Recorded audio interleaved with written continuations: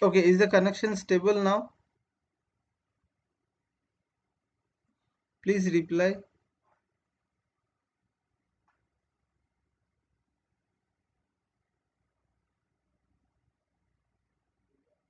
Is the connection stable?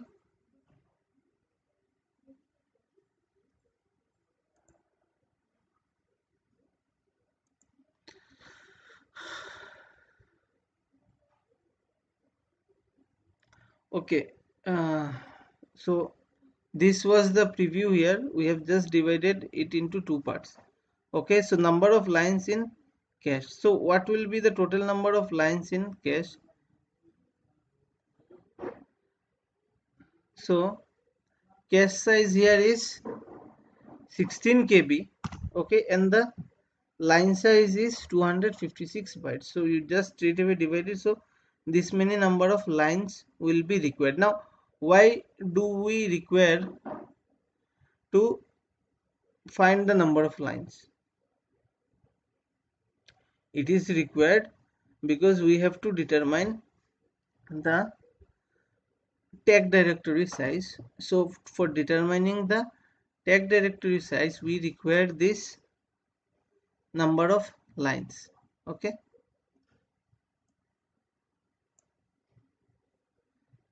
so it is required for this purpose. So it is straight away you are just trying to find out how many number of words or lines are there in cache. So straight away cache size divide, so total cache size divided by the line size. Okay, so total you will get it as 2 to the power 6. So to obtain the cache sorry tag directory size, you will get it as 2 to the power 6 multiplied by 9. So effectively 72 bytes will be the tag directory size. Is it clear?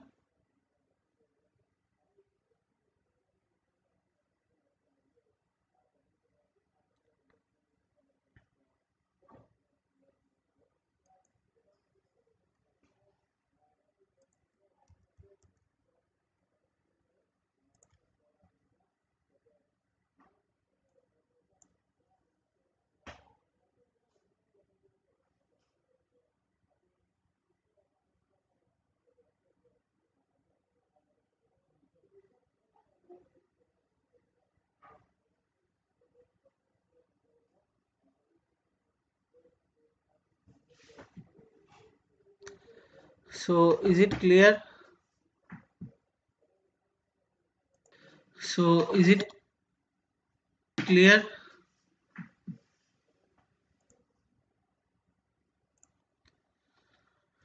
So moving to the next problem.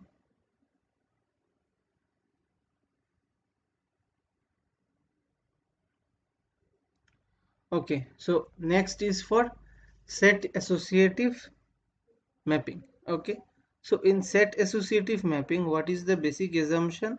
The basic assumption is the blocks in cache will be grouped into sets. So two-way set associative mapping means it will be mapped to two sets. Okay, so here you will see, consider a two-way set associative mapped cache of size 16 KB with block size of 256 bytes. The size of main memory is 128 KB. Find the number of bits in tag and tag directory size. So given set size is 2, cache memory size is 16 KB, block size is 256 bytes, and main memory size is 128 KB. So as because the main memory size is 128 KB, so how many bits are you having? You are having 17 bits to I mean access your memory. Okay, so this will be divided into tag, set number, and your block offset. Now block offset, straight away we can determine block size here is 256 bytes. So to determine a particular line or word. So this particular block or line of set, this is used to determine a particular line or word within a block. So please remember this particular thing. It is not used for anything else. It is used to identify a particular line within the block. So block size is 256 bits. So to access a particular word, we are using 8 bits here. Okay, and one more important thing I would like to mention, I have also told it in the previous class, that the memory address is byte addressable, means a particular memory location in cache or in your main memory will store only 1 byte of data. So we are, the basic assumption in this problem is everything is byte addressable. They might ask you something else. At that time the number of bits will change. Okay, so you have to keep this in mind. So we have determined the block of set. Now what will be the number of sets in the cache? Okay, so total number of, okay, to determine the size of this bit in my set number, how I approach it, what is the total number of lines in my cache? First thing, so straight away we can determine cache size divided by the line size. So it turns out to be 64 lines, means there are 64 words or rows in my cache memory. Okay, now this thing is again broken down into two sets. Why? Because we are going for a two-way set associative mapping. If it was four-way, you will divide it by 4, or this entire number of lines will be divided into 4 sets. Okay, so straight away 64 divided by 2, 32 sets. So to access this sets, how many bits you require is, because it has got 32 sets, so 5 bits. Okay, so total it turns out to be 8 plus 5, 13. So number of bits in tag will be 17 minus 8 plus 5, so it turns out to be your 4 bits. Okay, now tag directory size you can determine very easily, number of lines in cache into number of tag bits. So number of lines you have found out here, 64 lines, multiply it with your tag size, so you will get it as 256. Okay, okay, so we have covered up some basic problems which are related to your cache mapping. So any doubts if you have, you can ask. And also please tell what is the quality of the video. Are you able to view the contents?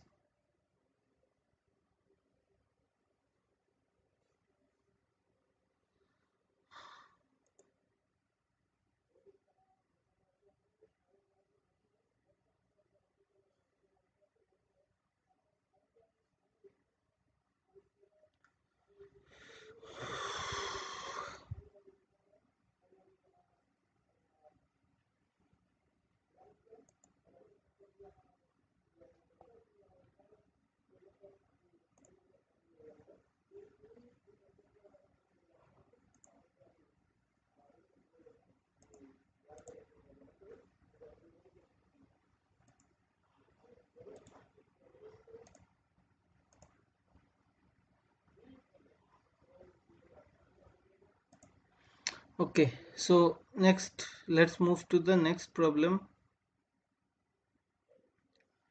So this is based on your access time. Okay, so it is just like the previous problem, only thing is we have just tried to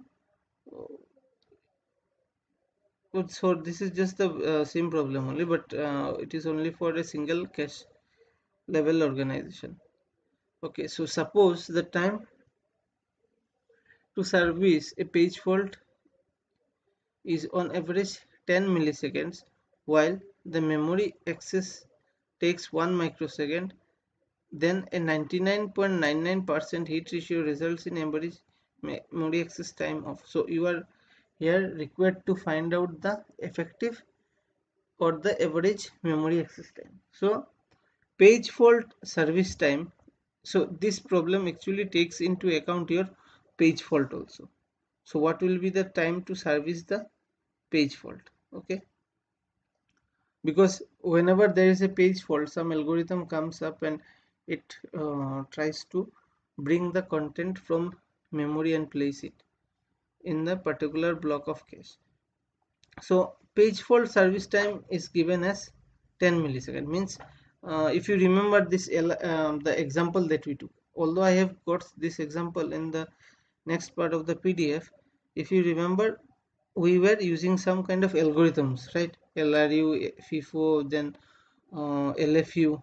Okay, so you can assume that this is to for that kind of algorithms to bring a particular block from cache memory to sorry, main memory to cache memory.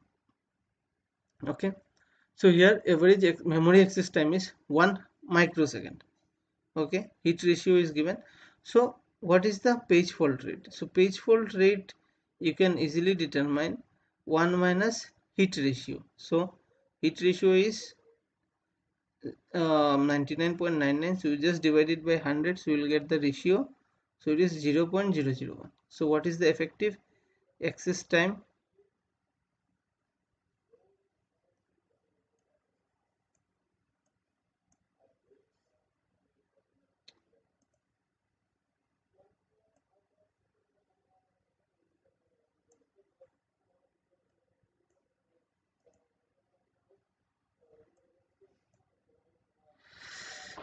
I'm very sorry that I did not see this thing previously, that the part of the PDF was getting cropped off,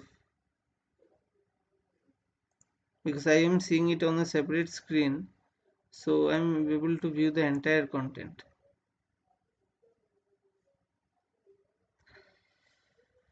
Sorry about it. So in case you did not understand anything or any part of the problem in the previous explanation, you can ask, or you can also see the PDF that I shared. This is the same PDF only.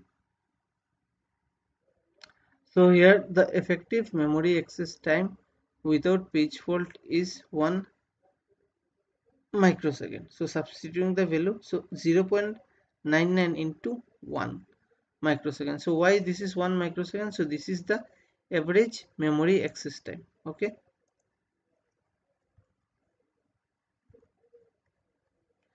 so plus 0.001. So why this is there? So this is for my miss rate, okay, or page fault rate. So if there is a success, so it will get executed in 1 microsecond. Okay, and if there is a fault, then 1 microsecond will be lost, plus 10, sorry, 1 yes, this is micro, plus 10 millisecond will be required. Why? You have to go for this page fault service time, so you have to include that also. Here the objective of the problem is to find out the effective access time with page fault. Okay, so we are trying to find out the average time, so we have to take into account both the scenarios. So first is when it is found, and second is when it is not found. Okay, so 1 microsecond plus 0.01 millisecond.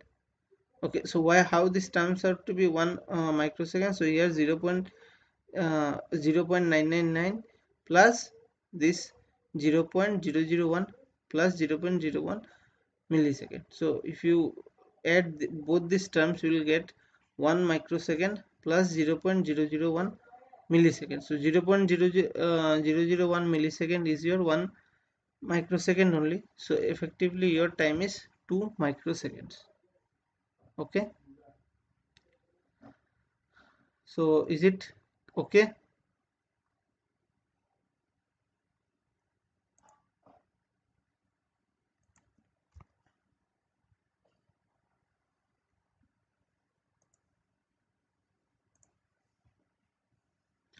So moving to the next problem. Okay, so this is with respect to your page replacement algorithm. So I have found out suitable diagrams to explain it.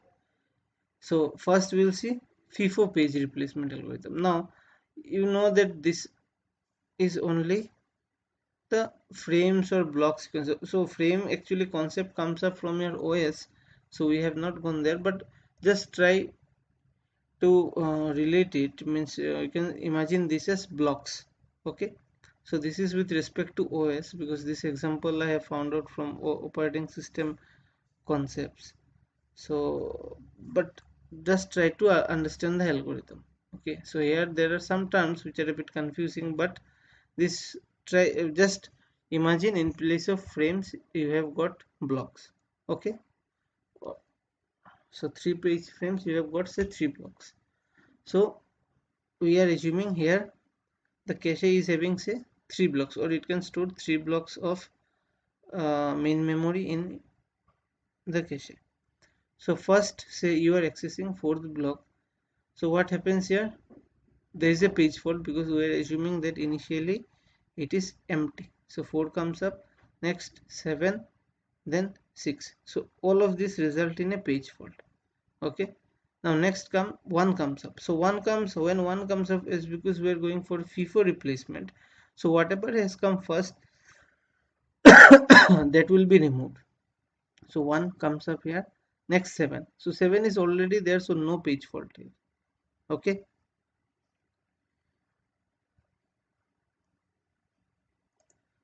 so next comes up 6. So 6 is already there, so no page fault again.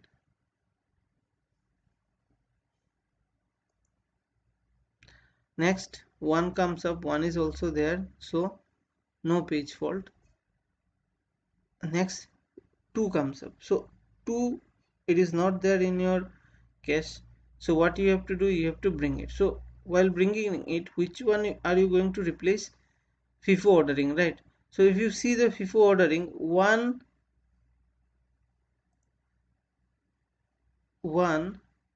is not that much in comparison to, means 7 is used for a longer time here. Okay, so 7 was originally entered before 1, so you will replace 7 with 2. Okay, so 1 page fault. Next again say you have got 7, so just previous, in the previous step you have replaced 7, you again need to bring 7. Okay, so what happens here? 6 is, or 6 has been entered previous to your 2 and 1, so you will replace 6 with 7 and finally 2. So 2 is already there, so no page fault here. Okay, so the total number of page faults occurred is 6, and based on this you can determine the hit ratio. So hit ratio is 4 by 10, as because how you are determining hit ratio, total number of references that you make are 10, and total number of, I mean hits that you make, yeah, total number of access that you make without page fault, this is only 4. So hit ratio is 40%. Miss ratio means what?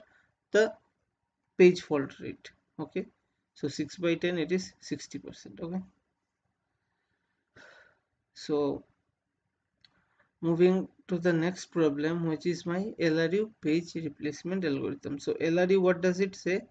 Least recently used, means the frames which has not been used recently, or which has not been referred recently, you will only remove that particular frame. Okay, so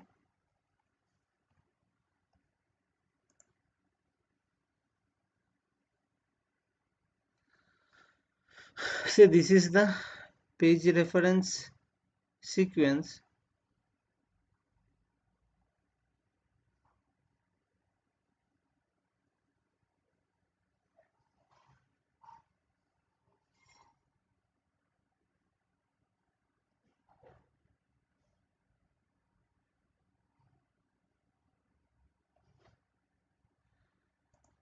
So next here, so this is the references that we are making. So first 4, it is not there, so you get a page fault. 7, again it is not there, you are getting a page fault. 6, it is not there, so page fault again. Now next comes 1. So 1, out of this 4, 7, 6, which one you are going to remove? 4, because it is the one which has not been used recently, so you remove 1. Okay, 7 is already there, so no page fault. 6 is already there, so no page fault. Again 1 is there, so no page fault. Then you can see you have got 2 here, so 2 is not there in my cache, so I have to bring this 2. So for bringing this 2, which one I am going to replace? If you see here, 7 is the one which has not been used recently in comparison to 6 and 1. So you remove out 7. Next again 7 comes up. So here if you see, 7 is not there, so you have to replace some page frame or block out of this cache memory. So what you do, we will see, or we see that 6 is the one which has not been used recently with respect to 2 and 1. So we remove 6. So here 7 comes up, finally 2. So there is no page fault here. So effectively the hit ratio and miss ratio. Okay. So this is up for today.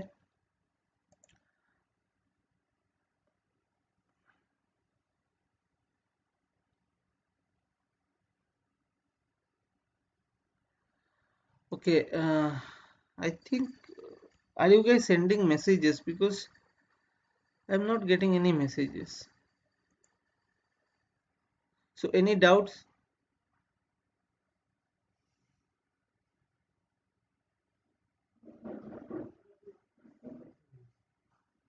Okay, I'll just open this live stream and see. Shit. Just a second.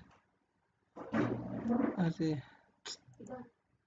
Actually, the stream got disconnected once, so it is for this reason it did not come up.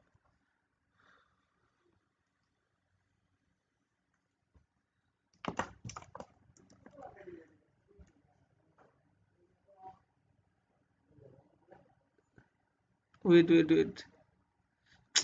Shit.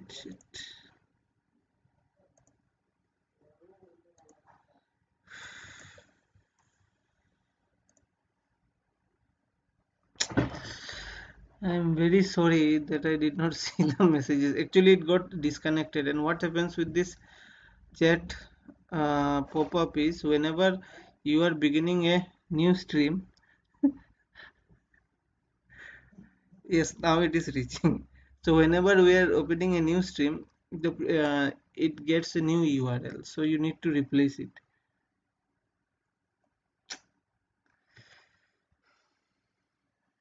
Okay, I'll just see. Let's see, what did I miss? 80% data finished. If,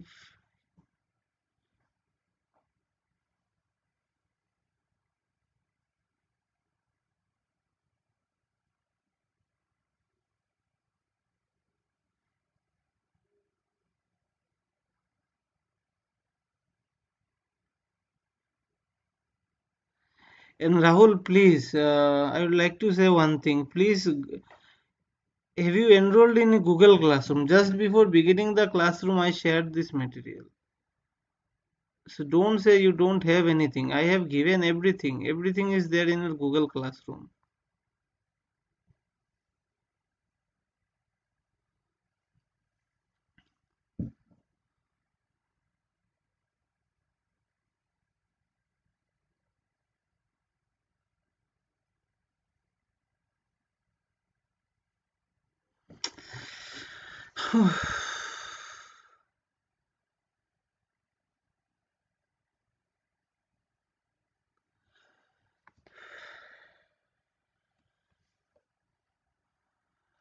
Okay, anyways then, due to technical error, I think there was some lag in this video. So okay, we'll see. Try to, at least now I know what sort of conditions might come up. Just tell me one thing. Is Was YouTube Live better or this OBS Studio thing? Because previously also I have taken some live session from which was from YouTube Live. Now what has happened is I have just to show you the screens and this kind of things, I have used OBS Studio. So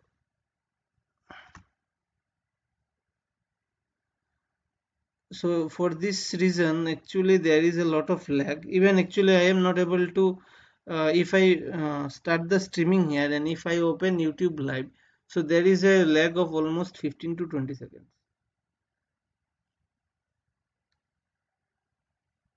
No, OBS might be better. I don't know, but these settings are not working out for me. I have reduced the bitrate also, but still it is lagging a lot.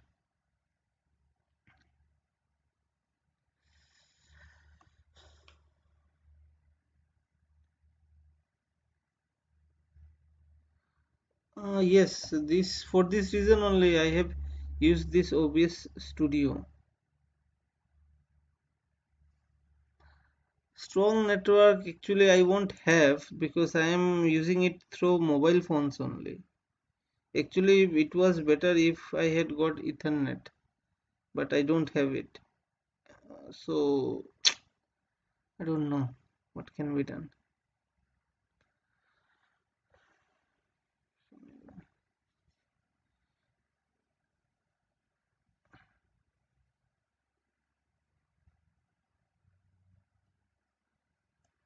No, you guys might face this network issue. Why? Because uh, what can happen is,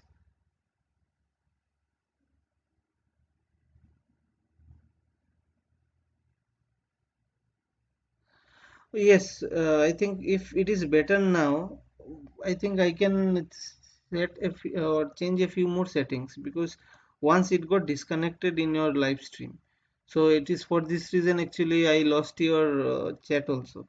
So during that time actually I again went for a setting. So I think after that it improved.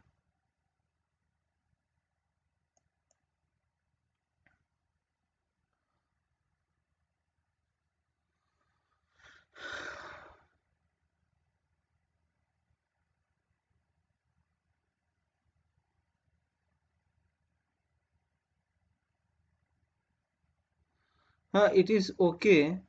I know because see, whenever we are going for a live stream, automatically it is storing the video in your YouTube server, so you can access it. Or I will publish the video. Don't worry about it. So you can also view it later also.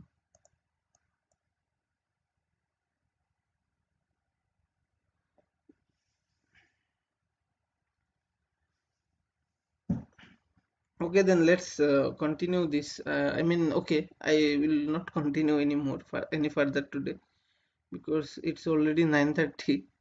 So we will again. Uh, okay, today I'll give you some assignment based on these problems. You have to solve it. So tomorrow tentatively I will take a class. It will be theoretical based on from your COA. So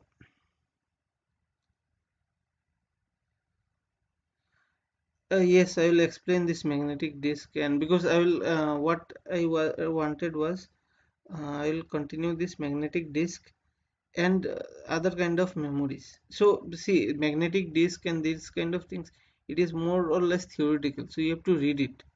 I can explain what is the structure and how data is stored. So a magnetic disk, then you have got RAID systems. Okay, redundant array, and this kind of things are there. Then your CD-ROM is there.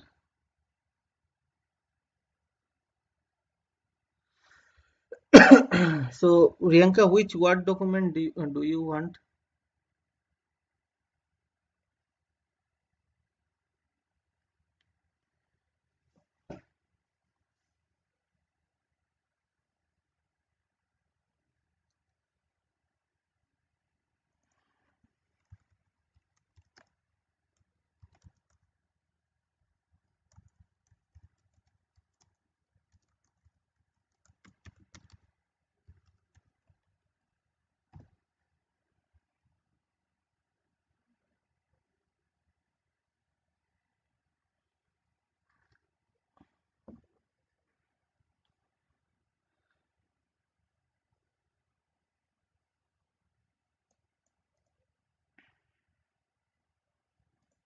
I'll see whether I shared anything or not.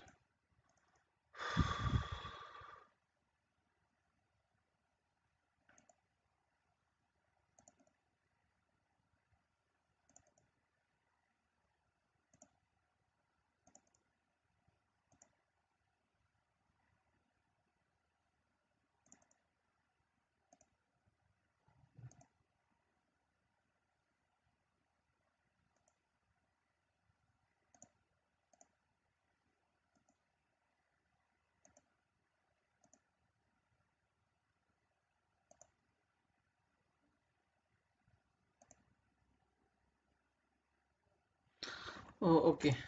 I'll just see it. What is there?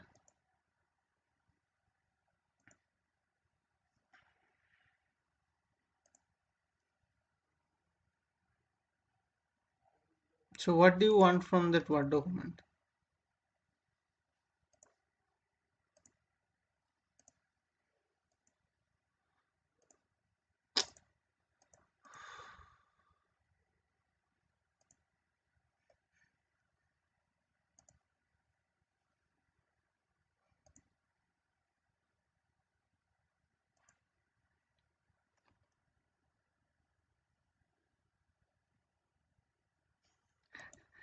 So, yes, later on also you can view it. I will publish the video in your video section.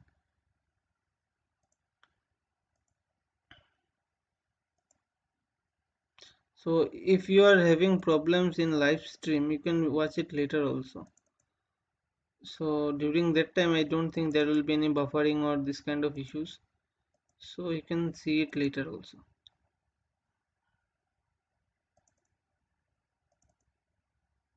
Okay, magnetic disk, I found it.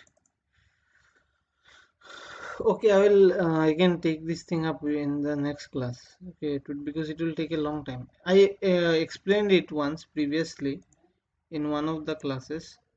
So I have already explained it, but okay, I will again take this thing up tomorrow and also finish this memory part. Then we'll, after finishing this, we'll move to some other new unit. Okay, okay then. Thank you. I will end the stream now.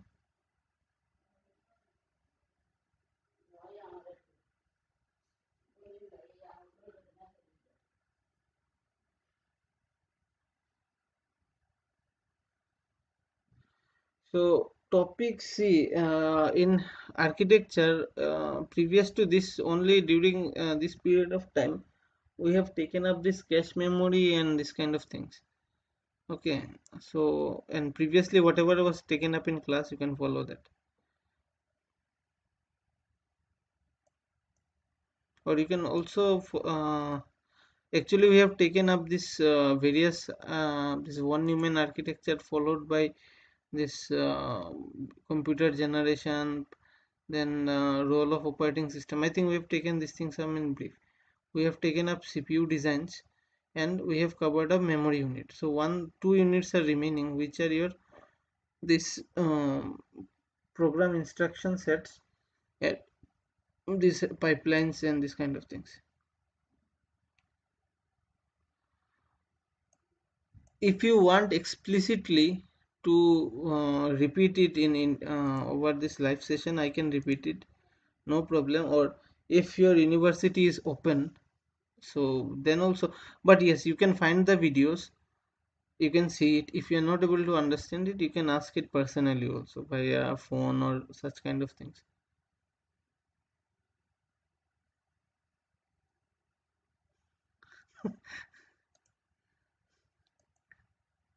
See, following the order of the syllabus, it is. See, what I feel is first you have to understand some things, then you have to move to the other things. And some concepts are actually means having more importance than other ones. Like if you see here, Unit 5, only apart from pipelining and pipeline hazards, nothing else is much important. And Flynn's classification, nothing else is much important. Okay, but These cache things are very important for your competitive exams and these things. Okay, risk and CISC instruction, this is totally theoretical. There is nothing to understand, nothing to read. Okay, so whatever things are important or which take up more time, I try to cover those things first.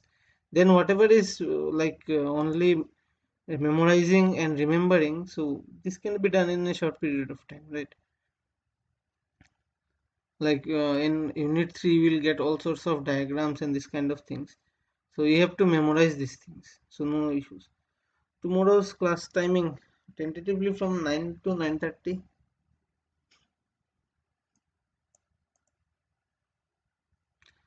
Tomorrow tentatively from 9 to 9:30. Yes, let's see again what happens tomorrow morning. So if tomorrow morning also we get again this sort of network issue, so we will change it to the evening slot. So now the buffering okay, or is the video okay?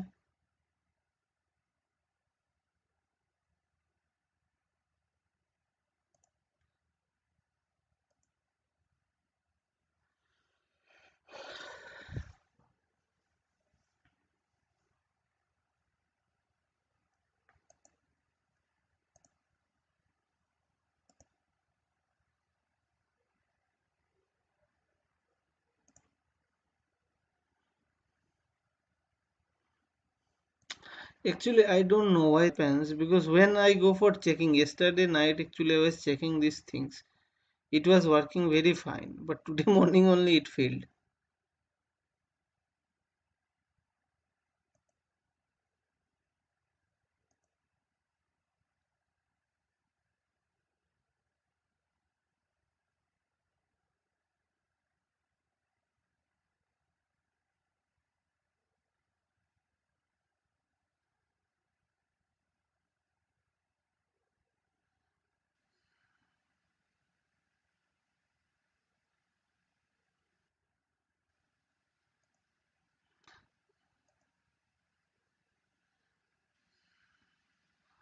Yes, I think latency might be high.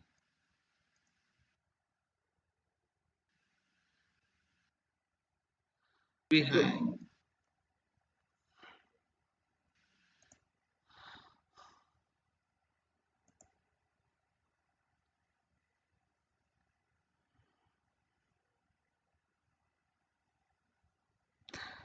For this reason only, actually, I shared the PDF, so that even if the quality is not that great, we can see it. Okay, I will try to address this issue. Don't worry. Okay, we will resume to this options. Whatever is available, I will see. And what is the best solution, I will try to find it. So don't worry for now. Okay. So today's one, if you want, or I will publish the video. If you are feeling that you missed somewhere or you did not see it, so you can see there. Okay. Thank you and good night.